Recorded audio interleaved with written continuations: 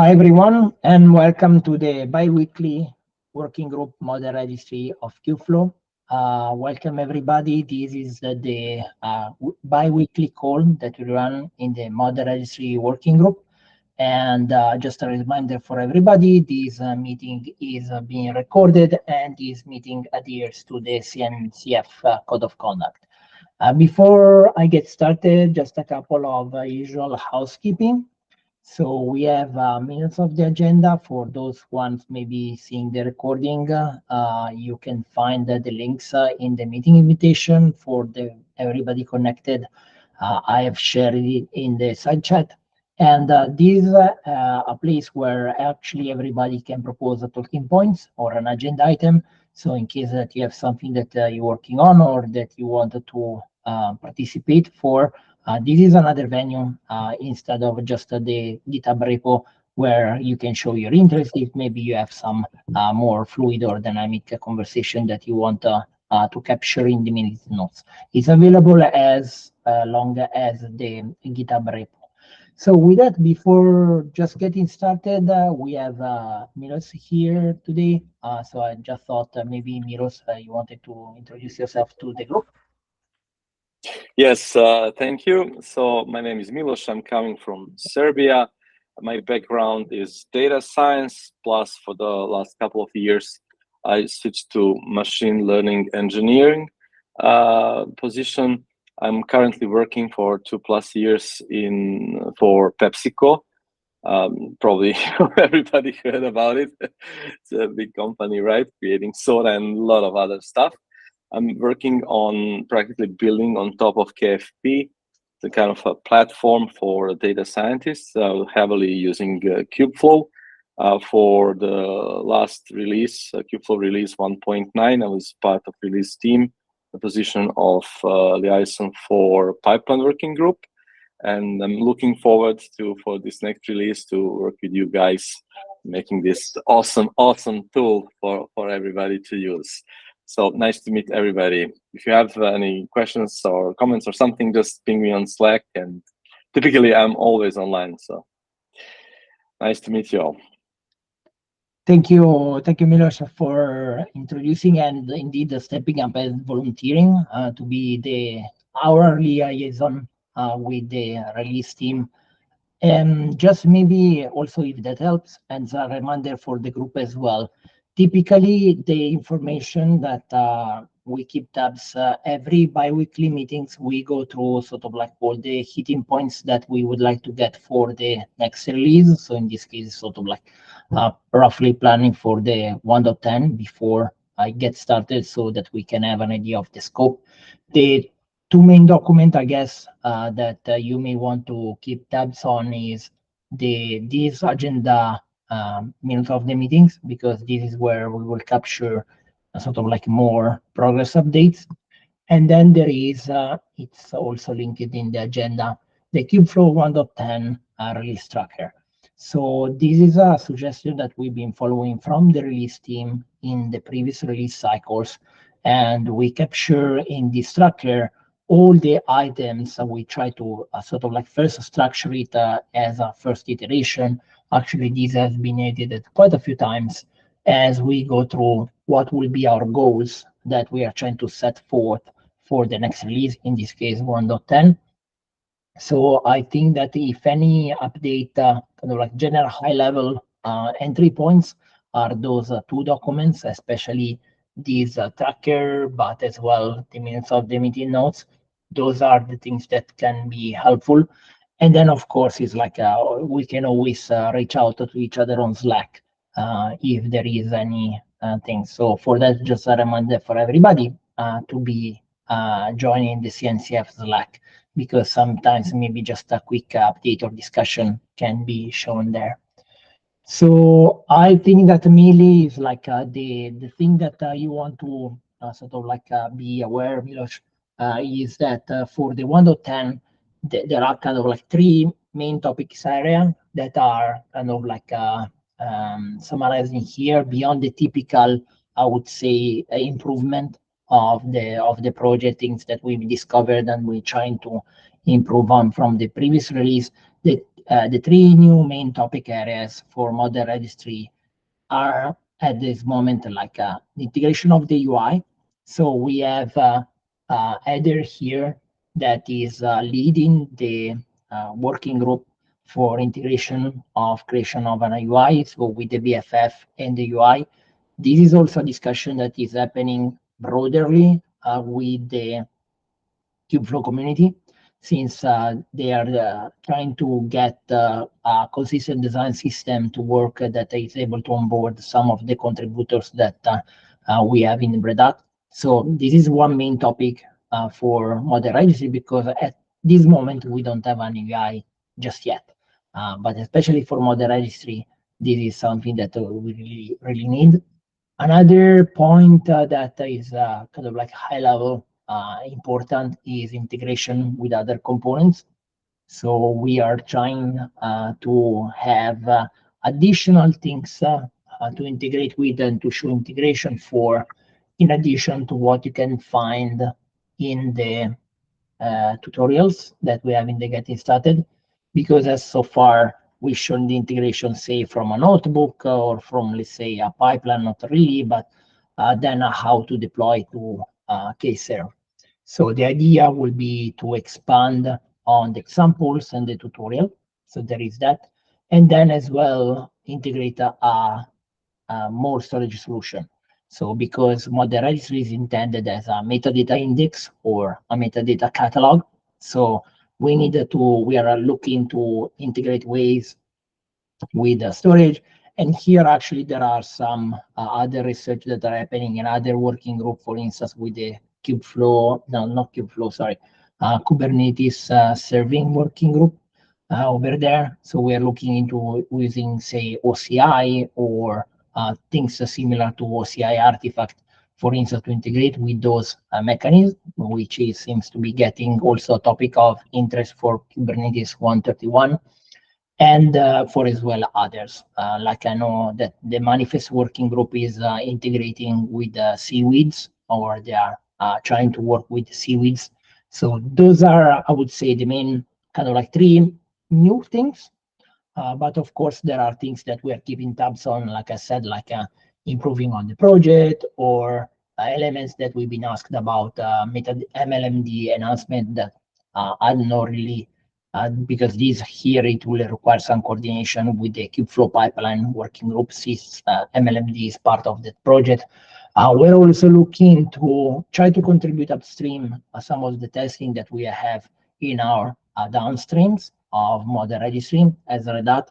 So this is the part that we sort of like try to contribute as much as possible upstream. So I just thought about seizing the chance that we have you today here to just recap for everybody really what are the sort of like topics of interest that we are keeping tabs on and we're trying to progress for Model Registry for the release. If there are any questions, please feel free to raise your hand and let me know. So with that, today it's Labor Day, or it's a national holiday in the US. I forgot which one it is. So I think that we don't have too many updates, and indeed, today it's a bit of a shorter participation. So maybe we'll just go through quickly with the contributors that we have today. And so, for instance, I know that Heather wants to, and Lucas are planning to make a small demo for the next meeting, for the next bi-weekly meeting.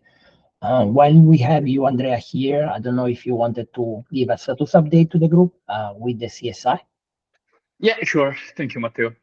So just to give you an update on the CSI, from, let's say, a couple of weeks ago or more, we started publishing a CSI image in our CI, the upstream CI.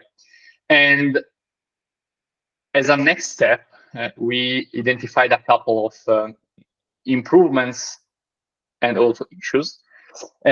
Especially one is related to the manifest. So how we are planning to automate the integration of the CSI during the Model Registry deployment. I did some investigation on the Kubeflow, sorry, on the training operator, because they had a sort of storage initializer or something like that. After a bit of investigation, it seems that it is not actually the K-share storage initializer. It's slightly different. So they are not actually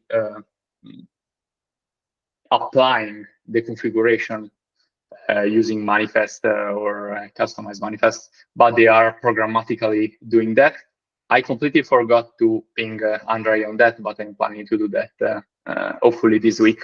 So I get some sort of confirmation about that. So if this is confirmed, I think that our custom storage initializer will be, I think, the first one in the Kubeflow ecosystem. I mean, the first custom implementation in Kubeflow ecosystem. So maybe it's something that we can discuss with the manifest team, which is actually the release team, I think. I mean, should be the same. How is the, I don't know, the suggested approach in this case? So if we want to put some sort of manifest directly in the manifest repo, or if we want to take ownership in Model Registry and simply, let's say, add some overlays in our current manifest configuration.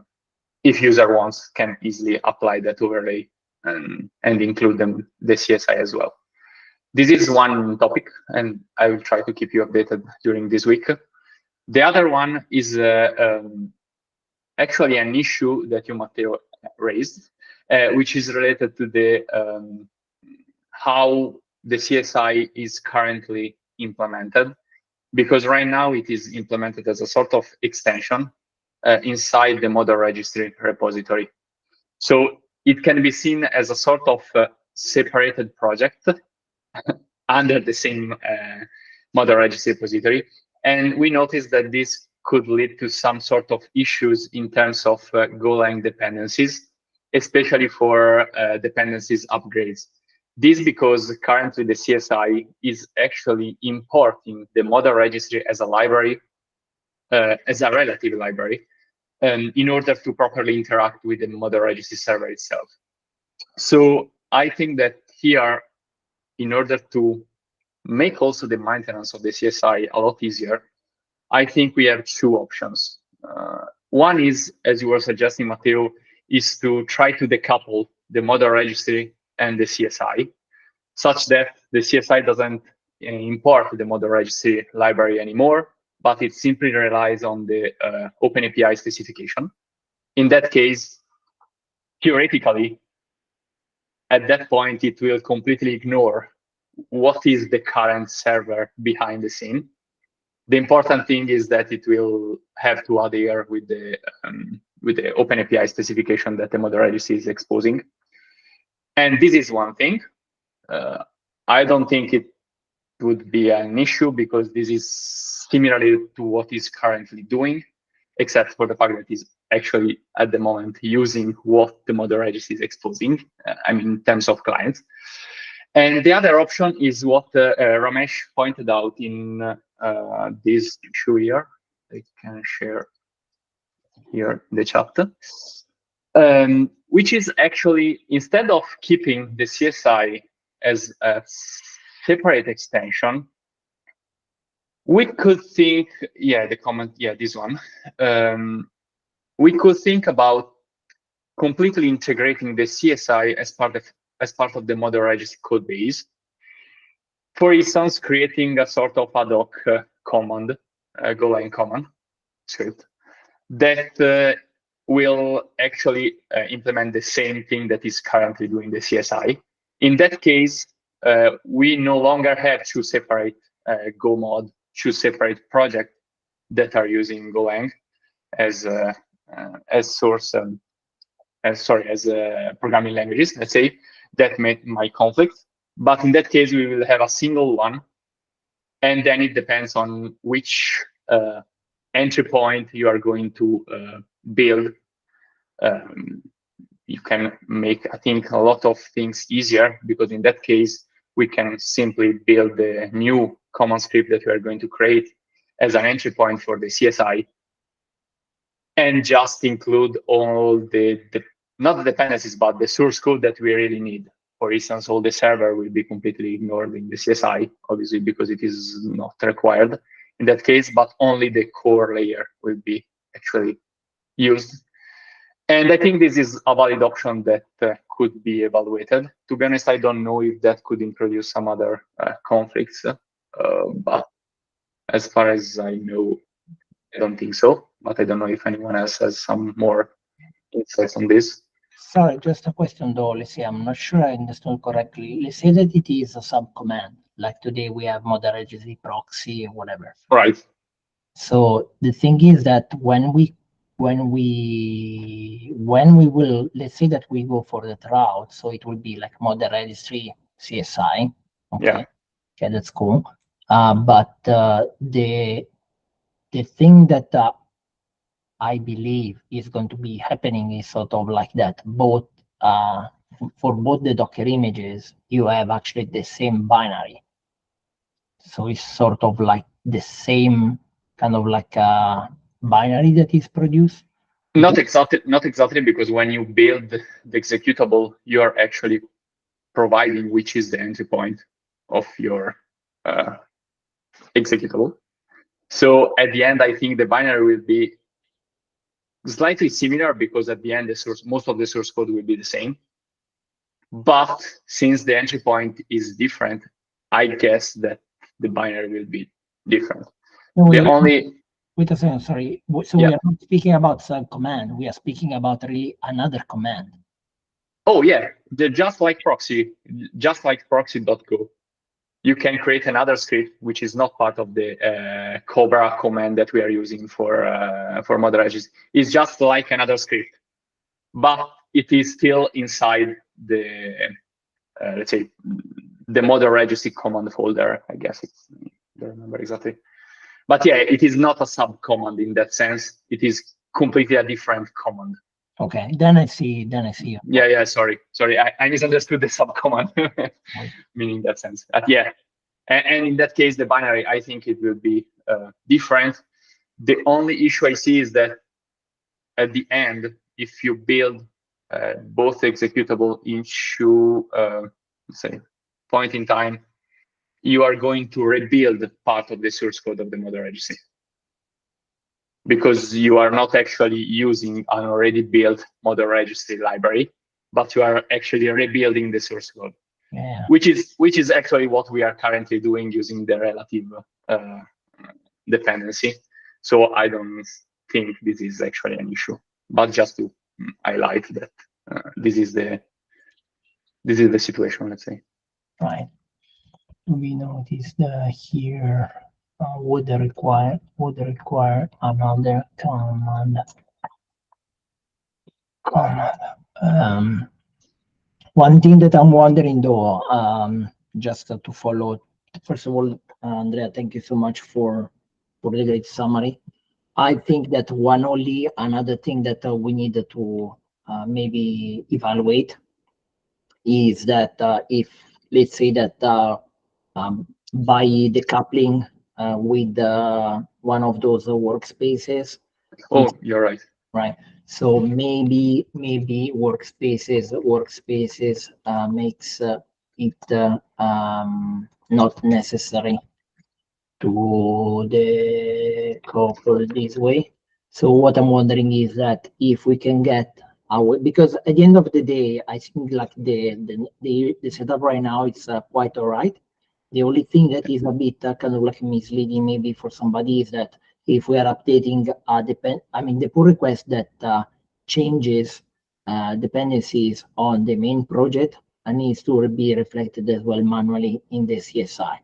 So maybe that is something that with the workspaces somehow already happens that I don't know, really, because I never had the chance to experiment with that. So maybe there is that one to be considered, but for the rest, I think that I agree with you.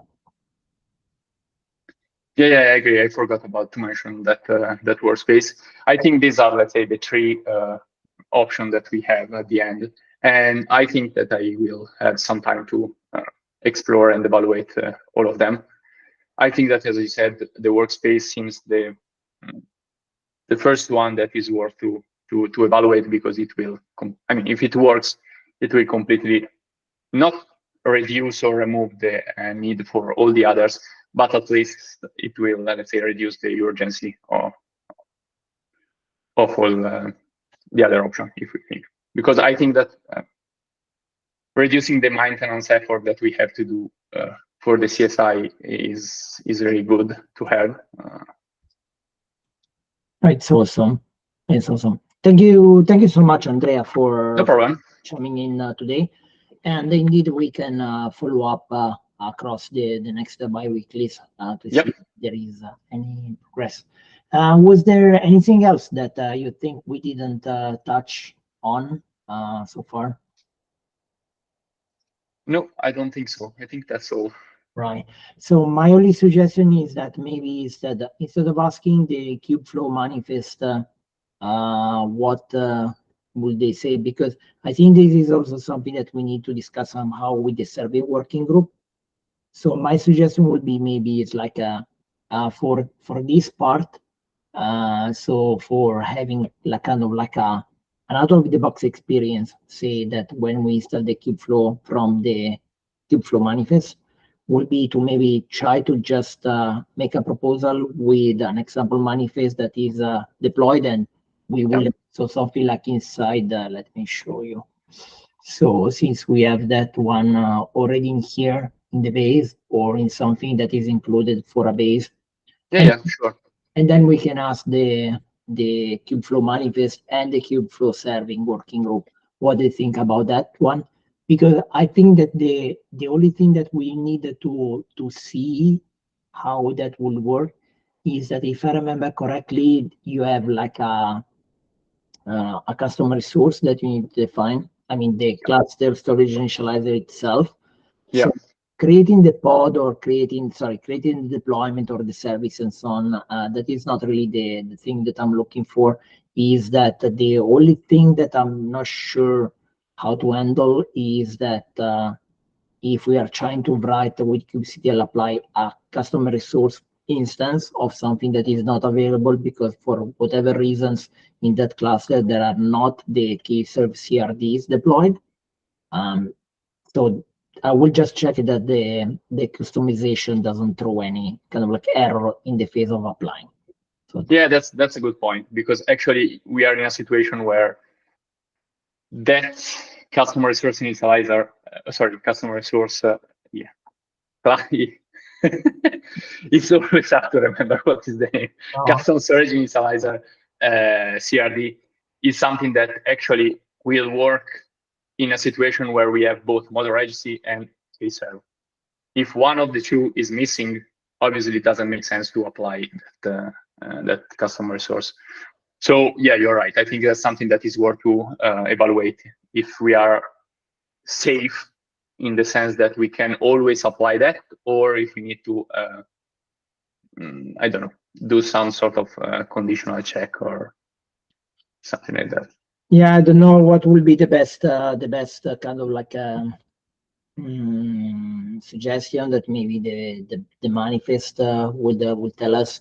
But to me, it's sort of like I will just sort of like go, because it's like typically when the manifest are being applied, they sort of like they loop through until sort of like every customers. I mean, it's like all the customer resources are being defined, so they loop through until no error is given. So the only thing that I don't know is that if there is any way to apply it conditionally, or otherwise, what I will do is that we could have the manifest in our repo because we're sort of like the owner, yeah. But then I will copy that manifest into the Kubeflow/manifest for the serving part. Because in that way, this manifest from the Model Registry is only applied when kserve it is. And since this, I see your point. Yeah, I see your point. And yeah, I think that's something that we can start with, as you said, with a proposal and see what are the feedback that we receive. I mean, I don't think it is less. Yeah, the smoothest fail that I can see is that we have like in ours, sort of like in our part, like an options for the CSI, like we have the options for Istio. Yeah. But then when it comes to sort of like a copy that thing, I will copy the CR just in the kserve format for the manifest. But and this is the proposal that I would encourage to try first. But then of course maybe they will have some other suggestions. Yeah, definitely. I mean, it's something that we need to discuss, because I think this is the first time that we hit some kind of this kind of let's say integration. So yeah. Awesome. Thank you so much, Andrea, for all your contribution and your No problem. All right. Unless there are questions for Andrea. All right. So I kind of like given enough troubles to Andrea just by myself, so we can move to the next items. So I think that we will need to follow up for the ML flow integration if there can be a pattern that can be generalized. I think that I've tried to, we had some brief discussion with Liu in the Slack, but also Liu is in a transitionary period as far as I remember, he is also onboarding on a new job. So there might be some times before we hear back, or we will need to see if we can redistribute some of the work, and similarly for MLMD. That we had some update from Czechia. I think that on this item, we actually, let me just quickly update on the repo, because I think I recall that Tony did actually make a suggestion in the, let me see if I can just go from it was written here, right? Yes. So I can actually update for 20 the minutes of the meeting, because I think that we had the update here. There we go.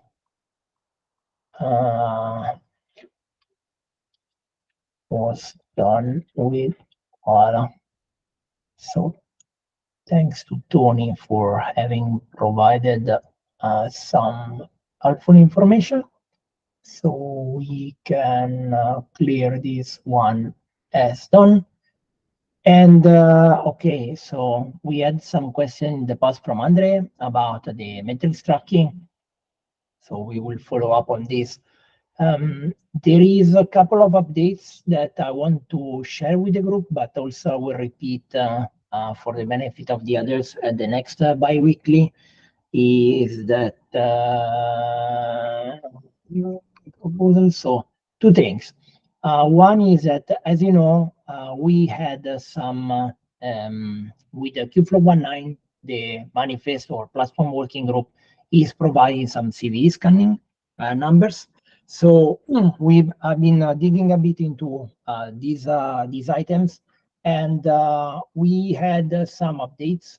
So what is being reported here are the total of CVs for the images, but the images that both we produce or we share with other working groups. So since then, there has been some improvement as well for the Kubeflow manifest. One is that it's possible to actually access the CV reports. I'll just quickly show it to you for those ones that maybe have seen this. Is like in the Kubeflow manifest for the Travi action, you can enter in any of the run, and inside here, this zip file will include for you reports that are the reports for all the working group, meaning that this data is the one that will be progressively updated by the platform working group for these numbers. Now, the thing that I started to kind of like baseline is that we have indeed, as I mentioned, images that we produce and images that we share. And I think that what I will do is start to collect on the numbers progressively to say every month or something like this, so that we can keep these things, at least start to keep them in check. Because, for instance, one of the CVs was part of the images that we produce, but I think it was only unfortunate that it was captured at a certain time. And as you can see on September 2nd today, this is no longer showing even in the latest image that we are producing. So I think that what will be interesting to follow up here is how the situation will evolve, and so that we can better respond for at least specifically the image that we produce. For the shared images, this will require some coordination with the other working group, because I expect it is kind of like the same situation for them. So this is for the CV scanning and keeping tracks of it. And then there is another item that I started to track, which is about the license scanning.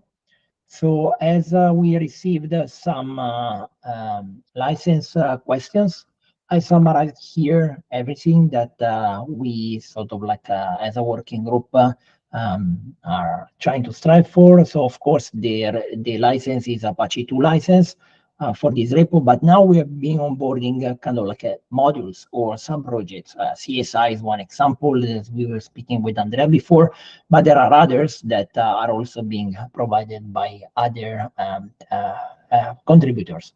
So to try to help with that, the CNCF provides a tool for that can be used, and in the related pull request, I've started to introduce this automated scanning, because this scanning can help us to automatically making sure that the dependency that we are using in our projects are compatible with that. I had some progress, but then I stumbled upon some configuration issues for which I've raised a Surface Desk ticket. But also today, last Friday, but today is also holiday in the US, so I didn't hear since, but I'm planning to keep on the pull request updated.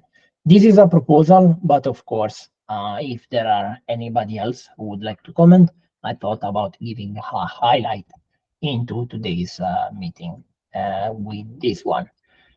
And with that, sort of like we went through for all the items for the Model Registry working group. Now I leave the floor opens if there are anybody that wants to speak of items that were not included into the original agenda.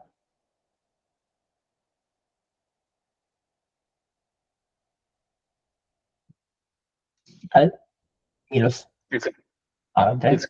it's quite day today. Right? Can you hear me? Yeah, now we can hear you. Oh, sorry.